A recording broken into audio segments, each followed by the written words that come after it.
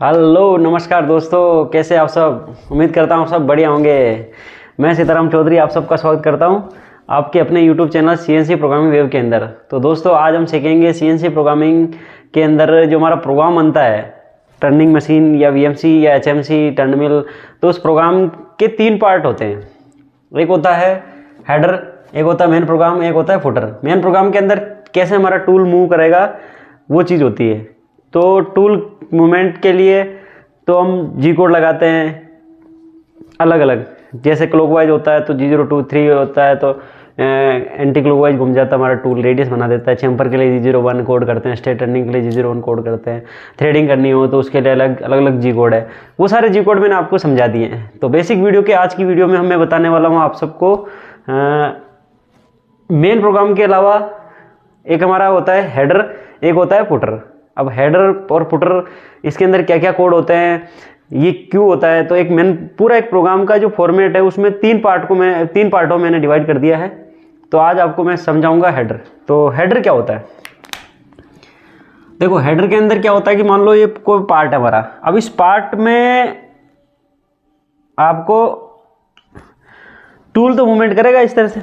तो ये तो एक फाइनल प्रोफाइल हुई। जैसे मान लो मैं इसका प्रोग्राम बनाऊं तो सबसे पहले मेरा टूल कहाँ आएगा। जैसे मान लो ए पॉइंट है, ए पॉइंट पर डाया कितना है x, तो G0x डाया कितना है 40।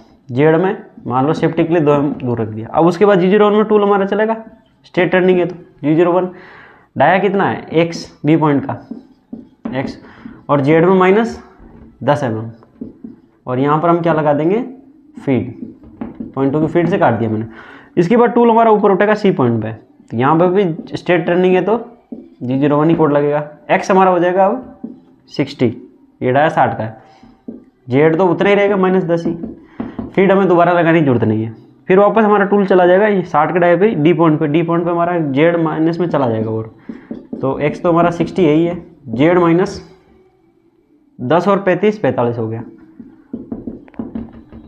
और G01 उसके बाद अगला कोड है हमारा G01 और पॉइंट है ई पॉइंट का डाया हमारा, फॉर एग्जांपल मान लो यहाँ का डाया है 70, तो मैं यहाँ 70 पे ले जाऊँगा और जेड में तो 45 रहेगा। तो ये तो हुआ सिर्फ और सिर्फ कटिंग का पैरम। अब इस कटिंग करने के लिए अब जब तक ये पार्ट घूमेगा नहीं स्पिंडल में, भाई स्पिंडल में अगर पार्ट घूमेगा ही नहीं तो कटिंग कैसे होगी। और कटिंग होगी, मान लो स्पिंडल के लिए आपने कोड लगा दिया तो उस पर कूलेंट भी चलाना पड़ेगा और उसको आरपीएम भी देने पड़ेंगे कि कितने स्पिंडल आरपीएम देने हैं, कितना प्रेशर देना है। तो प्रेशर तो आप हाइड्रोलिक के थ्रू चक में प्रेशर दे दो पार्ट ताकि खुले नहीं, ठीक है। लेकिन स्पिंडल को घुमाना तो पड़ेगा, बिना घूमे कैसे कटिंग करेगा।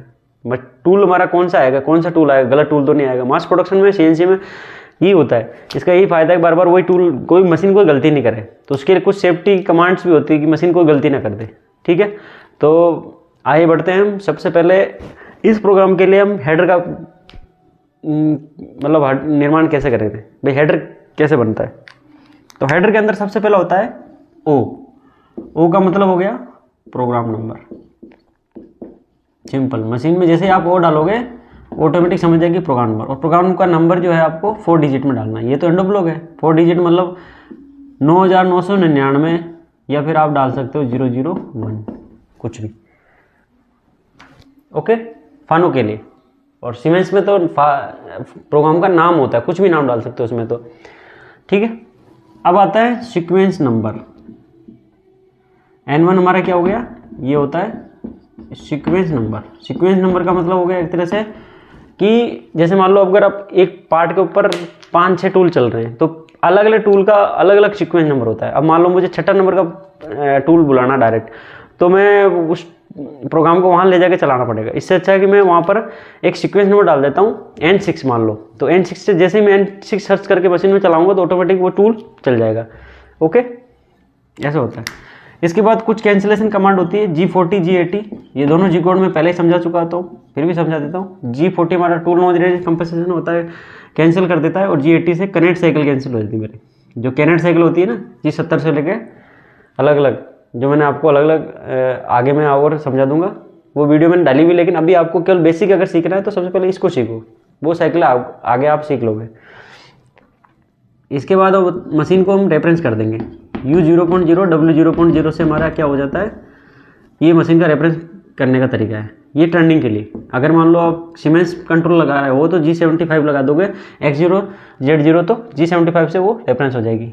VMC है, HMC है तो G91 के साथ क्या लगा देंगे G28 Z0, उसके बाद फिर वापस G28 X0 Y0, और अगर फोर्थ एक्सिस है फिफ्थ एक्सिस है जैसे A0 या B0 या C0, अलग अलग एक्सिस है। जितनी बड़ी मशीन क्यों ना हो, बेसिक चीज़ तो यही है, ठीक है। आपको बेसिक को समझना है, इंपॉर्टेंट। तो मशीन को हम रेफरेंस करेंगे, तो ये किसके लिए है, रेफरेंस के लिए। अब आते हैं टूल नंबर। मान लो आपको 5 नंबर टूल से कटिंग करनी, इसके लिए ये आपका 5 नंबर टूल है, कटिंग के लिए आएगा तो इस टूल को बुलाना पड़ेगा, इसका ऑफसेट भी बताना पड़ेगा कि सेंटर कहाँ पर है। तो ये तो होता है टूल नंबर, T से टूल नंबर आता है, सीधे सिंपल से है, ये तो है टूल नंबर। तो ये पूरा टूल नंबर आ गया, और ये हमारा क्या हो गया 05। अगला 05 जो है वो आएगा, ये हो गया ऑफसेट नंबर। वो भी ऑफसेट कौन सा, geometry offset number, geometry offset number, ठीक है। अब इसके बाद हमें स्पिंडल को आरपीएम देने हैं, तो M03 से हमारा स्पिंडल घूमेगा। अब ये टूल पे डिपेंड करता है कि M03 घुमाना है या 4 घुमाना है। तो अगर आपको इंसर्ट दिख रही है, जैसे आप मशीन के सामने खड़े हो, ये मशीन अब मुझे ये इंसर्ट दिख रही है ऐसे, तो इसमें VNM इंसर्ट लगी हुई, अब मुझे इंसर्ट दिख रही है तो मेरे को क्या स्पिंडल क्लॉकवाइज घुमाना पड़ेगा। अगर इंसर्ट ऐसे उल्टा टूल लगा हुआ तो M04 लगाना पड़ेगा, ठीक है। आरपीएम S, स्पिंडल आरपीएम, मान लो मुझे 2000 की आरपीएम देना है तो 2000, और G96 या G97 लगाना पड़ेगा आपको। G97 से आपके स्पिंडल आरपीएम फिक्स हो जाएंगे 2000, और G96 लगाओगे तो आपको कटिंग स्पीड देनी पड़ेगी, ठीक है, उसके हिसाब से। तो अगर आप G97 लगाते तो ऐसे, और आपने लगा दिया G96 लगा दिया, तो G96 के साथ क्या होगा, कटिंग स्पीड देनी पड़ेगी 200 250 जो भी टूल की है, और M03 या 4 जो भी कोड है। लेकिन इसके साथ क्या लगाना पड़ेगा हमें, G50 मैक्सिमम स्पिंडल आरपीएम, या फिर G92, और इसमें जैसे मान लो 2000 आरपीएम से ज़्यादा ना घूमे तो वो हो जाएगा, ठीक है। ये इस तरह से घूम जाएगा, और इसके बाद हमारा टूल यहाँ आ जाएगा। और इसके साथ साथ हम क्या लगाते हैं, जहाँ पर ये M08 से क्या हो जाएगा, हमारा कूलेंट ऑन हो जाएगा, ठीक है। तो उससे क्या होगा, टूल की लाइफ बढ़ेगी। अब ये तो हुआ हेडर, ये मेन प्रोग्राम मैंने आपको पहले ही समझा दिया है। अब हमारा जो है मेन क्या बच गया, फुटर। अब हमने कूलेंट भी ऑन कर दिया, स्पिंडल भी चला रखा है, टूल को रेफरेंस भी करना है, वापस टूल दूसरा बुलाना है तो फिर उसको वापस भेजना भी तो पड़ेगा। तो ये जो सारा काम होता है ये फुटर में होता है, ठीक है। तो फुटर में क्या होगा, सबसे पहले क्या लगाएंगे हम, M09 कूलेंट को बंद कर देंगे। तो उसके बाद लगाएंगे हम M05 स्पिंडल को भी स्टॉप कर देंगे, ठीक है। उसके बाद हम लगा देंगे G28 U0 W0, इससे क्या हो जाएगा, हमारा मशीन होम पोजीशन चली जाएगी, टूल हमारा वापस फर्स्ट रेफरेंस पॉइंट पे पहुंच जाएगा। VMC होगी तो G91 G28 Z0 कर देंगे सबसे पहले, और उसके बाद पहले टूल को हम Z0 में रेफरेंस करेंगे, उसके बाद टेबल हमारी X और Y में रेफरेंस हो जाएगी, ठीक है। फोर्थ एक्सिस है तो फोर्थ एक्सिस भी रेफरेंस कर देंगे उसके साथ, और इसके बाद लगा देंगे हम M01, ठीक है, M01। इससे क्या होगा, हमारा प्रोग्राम हमारा ऑप्शनल स्टॉप हो जाएगा, अगर मशीन में ऑप्शनल स्टॉप का बटन ऑन है, और इसके बाद अगला सीक्वेंस नंबर आ जाएगा। अगर मान लो यही पर प्रोग्राम बंद करना है तो M30। एक चीज़ याद रखना, आपको M कोड कभी भी साथ में नहीं लगाना, सारे M कोड अलग अलग। G कोड आप एक से ज़्यादा एक बार में यूज़ कर सकते हो, लेकिन M कोड को आपको हमेशा एक लाइन में एक ही डालना है, ओके। तो ये हमारा हो गया फुटर।